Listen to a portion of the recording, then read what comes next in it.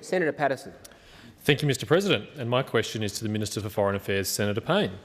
Can the Minister update the Senate on Australia's participation in the Quad Leaders Summit? The Minister for Foreign Affairs, Senator Payne.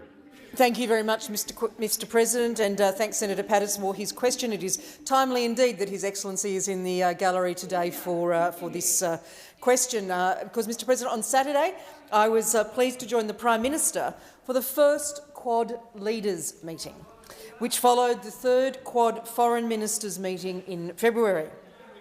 The Quad brings together 4 like-minded democracies: Australia, India, Japan and the United States, united by a shared vision for a free, open, inclusive and resilient Indo-Pacific region. The Leaders' Summit was an historic moment that reinforces our support for a sovereign, resilient and stable Indo-Pacific. President Biden, Prime Ministers Morrison, Modi and Suga have set an ambitious, practical and positive agenda for key regional priorities. As the Prime Minister said at the beginning of the summit, history teaches us that when nations engage together in a partnership of strategic trust, of common hope and shared values, much can be achieved. This supports Australia's strategic interests, reflecting our belief in a region governed by rules, not by power. Through the Quad, Australia works with our close partners to support a region based on sovereignty and respect for international law.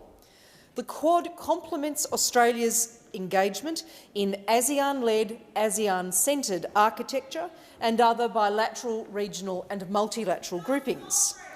All 4 Quad countries are strongly committed to ASEAN centrality, as well as the ASEAN outlook on the Indo-Pacific, and to working with regional partners to ensure a prosperous and secure region. Australia looks to our friends in achieving these goals, but, Mr President, we don't leave it to our friends. As our response to COVID-19 demonstrates, Australia will do our share of the lifting. The answer has expired. Senator Paterson, a supplementary question. Thank you, Mr President.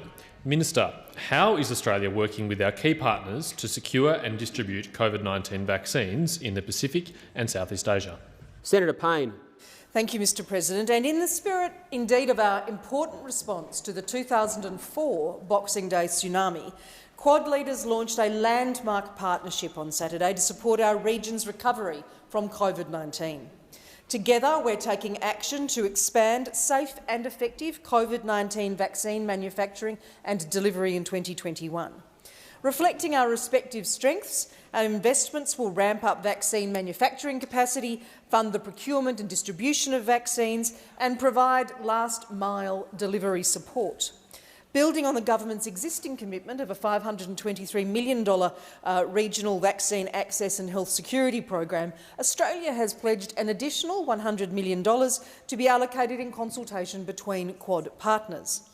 Wherever possible, Quad partners will take opportunities to implement joint or closely coordinated programs of support for our partner countries in the Indo-Pacific, with a particular focus on Southeast Asia. Senator Paterson, a final supplementary question. Thank you, Mr President. Minister, how will the Quad framework assist to deepen Australia's cooperation with India, Japan and the US on key emerging issues in our region? Senator Payne. Thank you very much, Mr President. And I want to note, Mr President, that Quad leaders in particular underscored that climate change is a global priority and, of course, a risk to Indo-Pacific resilience. We have established a new Quad climate working group to strengthen climate action and advance the low emissions technology required to achieve net zero emissions as soon as possible. We've also established a critical and emerging technology working group, recognising that a free, open, inclusive and resilient Indo-Pacific requires that critical technology is governed according to shared interests and values. That builds on the Quad's existing agenda, agreed by foreign ministers at our own meeting in Tokyo last October. And that agenda includes cooperation on maritime security, on infrastructure, on supply chain resilience, on counter-terrorism, on cyber and on countering disinformation. I particularly look forward to taking forward this important work with my counterparts, Indian External Affairs Minister Jaishankar, Japanese Foreign Minister Motegi and US Secretary of State Blinken. The answer has expired.